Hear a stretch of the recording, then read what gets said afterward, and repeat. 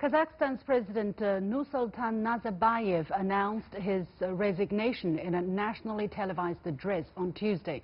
After 29 years in office, he passed his presidential powers to Kassym-Jomart Tokayev, former Senate Speaker, who was sworn in as the interim president on Wednesday.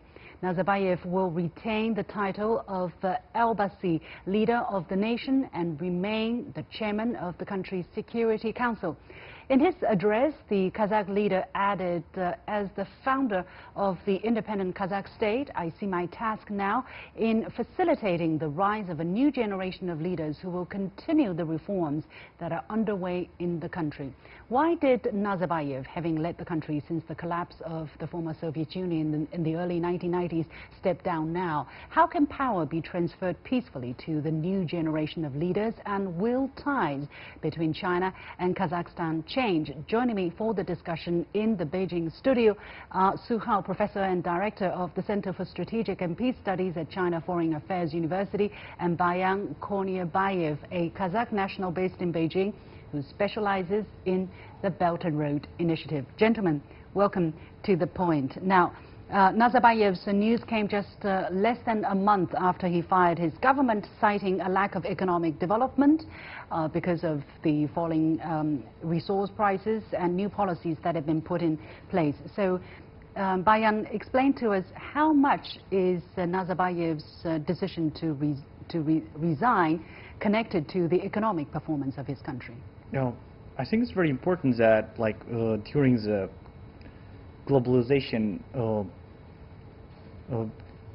development, it's very important to understand that actually Nursultan Nazarbayev was doing a lot of things for Kazakhstan, and currently he always was supporting the government to create some very good platform for people living in Kazakhstan. And today's world is different, and you need to be more digitalized. You need to have that kind of very different vision and very flexible. So I think it has some kind of relation to the government that was before and to the government which is coming now, the new one.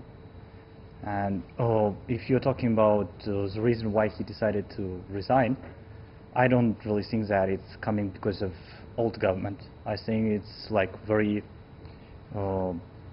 confident decision, which he was coming to through the years. Because of his old age, is that what you're saying? He has been in power for almost 30 years. Is that what he is trying to do right now? Yes, yes. Because when he became a president, Kazakhstan was a really young country, and he needs to spend some time to make it very developed, with high level of standards in different industries. Okay. Yeah. Professor Su, how do you look at the kind of factors? Maybe is there a combination of factors or a primary factor leading to his decision?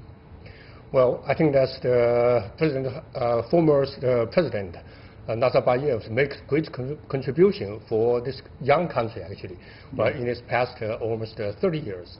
We know that when this country's founding after the end of the Soviet Union, so the outside of the people not very much good expectation about this country, because at the time they just make a part of the Soviet Union. This country not very much well established about their fully scale of economy, right?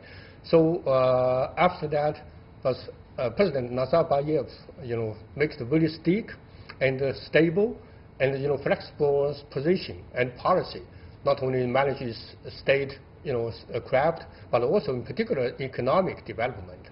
So since the last 27 years, right?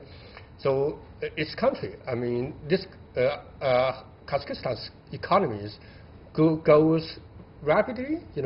Not only is there keep its tradition with Russia, with China, based upon their mining materials and heavy industry, and also the energy supplier to its neighbor, but also they developed their, in particular, their agriculture, and develop some new industry so in this country. So make this country getting better and better in its economy. All right. So he was talking about a new generation of leaders, and he was talking about continuing the reforms that have been put in place in the country. Bayan, do we know who make up this new generation of leaders? How much do we know about them? What kind of certainty do we have? Can they provide for the policies of Kazakhstan?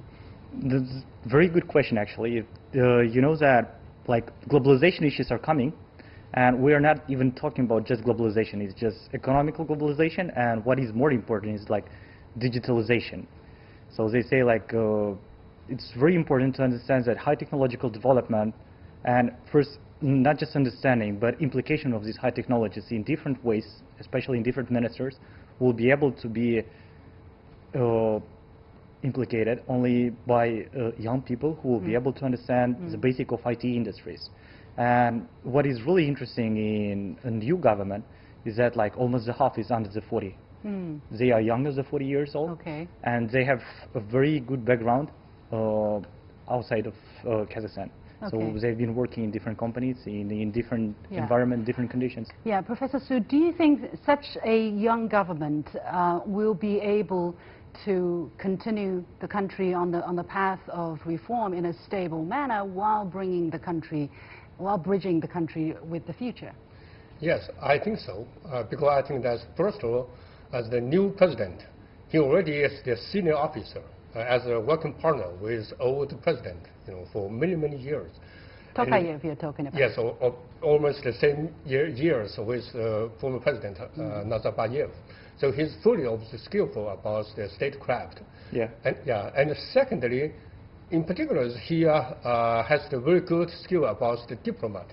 Right, as a diplomat, he takes quite a lot of time as a foreign ministry, as a foreign minister, for many years. Managing his foreign relation with his neighborhood. So he is very skillful about his foreign affairs with his neighbors.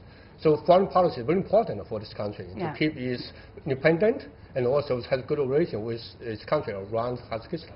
It was reported by Sputnik, however, that because of the issue with the name changing for the capital Astana, there was some kind of disorderly, let's say, protest or some kind of street fights. How do you look at this taking place at this moment? I mean, does that signal some kind of potential uncertainty in the near future for the country, or you think nothing much has to be worried about? I think it's overemphasized. It's like there was no any street fight.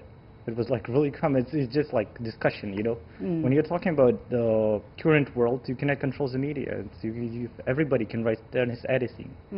But actually, if you will follow from the history, like the new capital, Astana, has actually become a capital during Nazarbayev's time. And before it was a small city. And now Astana is one of the biggest cities in Central Asia. And in only 1995, it became like a capital and it became a big city.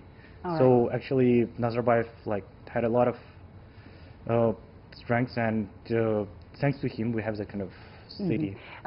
Yeah, let's take a listen to what China's Ministry of Foreign Affairs spokesperson Geng Shuang said about China's comments on what has happened in Kazakhstan. Let's listen.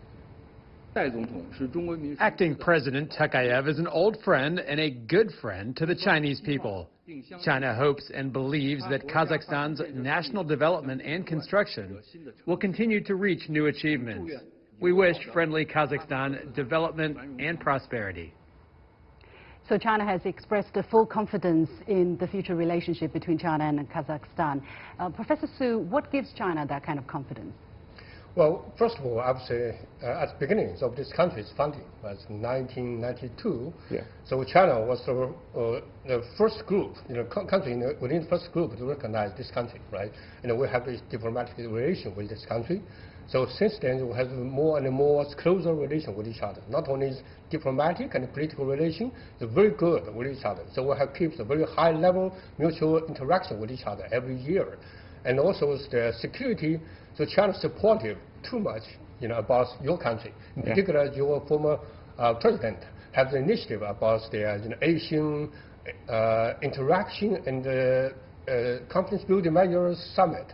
So China is one important supporter to your country, and we have the several summit, among us, right? And another one is the two of our country as one of the most important pioneers for the SCO, Shanghai Cooperation Organization. Even before that, we call it Shanghai 5. So Kazakhstan is also a key role within this kind of multilateral framework. So in the last, Kazakhstan is some kind of a bridge between Asia and Europe. Between so very important. East Asia and North Asia, or the Russian area, right? So this country takes very important role. Also a very important member on the Belt us. and Road Initiative. A lot of investment from China, and also Nazarbayev said last year that it actually coincides with Kazakhstan's Bright Path new economic policy. So are we expecting that to stay on course or changes to be made, Bayan? Currently, like if you look in into Kazakh and China relationship, you can find that actually we have like 51 projects, like focused, which is really focused by our government, and it estimates about $27 billion. Moreover, the new president has, like as Professor Su said, he has more than 10 years experience as a foreign minister, and he was Secretary General to United Nations. In Geneva, I know. So he's going to develop the kind of economical development all over the world through Kazakhstan platform. So I think it's very important, and a lot of achievements are going to have. Okay, in terms of political cooperation between the two sides, Professor Su, is it going to be the same story, smooth and steady progression of relations? Well, of course, yes. So I think not only political and security, but in particular at the moment, economic is maybe even more important. We know that China will have the Belt and Road Initiative, and the Chinese President Xi Jinping has the proposal of this kind of the Belt, Silk Economic Corridor, as their, Kazakhstan's capital, right? So you can see that this is a source of Chinese Belt and Road Initiative from Kazakhstan. So we say that Kazakhstan is key role working partner for China. We're calling this kind of cooperation not only bilateral and regional, but also over Eurasian continent. Okay, we're going to leave it there. Thank you so much, Professor Su Hao, Director of the Center for Strategic and Peace Studies at the China Foreign Affairs University, and Bayan Konirbayev, and Belt and Road Initiative expert from Kazakhstan, based here in Beijing. And that's it for this edition of The Point with me, Liu Xin. As always, you can follow me on Facebook and Twitter using the handle The Point with LX. Download the application for CGTN to watch the show on your mobile devices, or go to YouTube and look for CGTN The Point. Thanks for watching. You've got the point.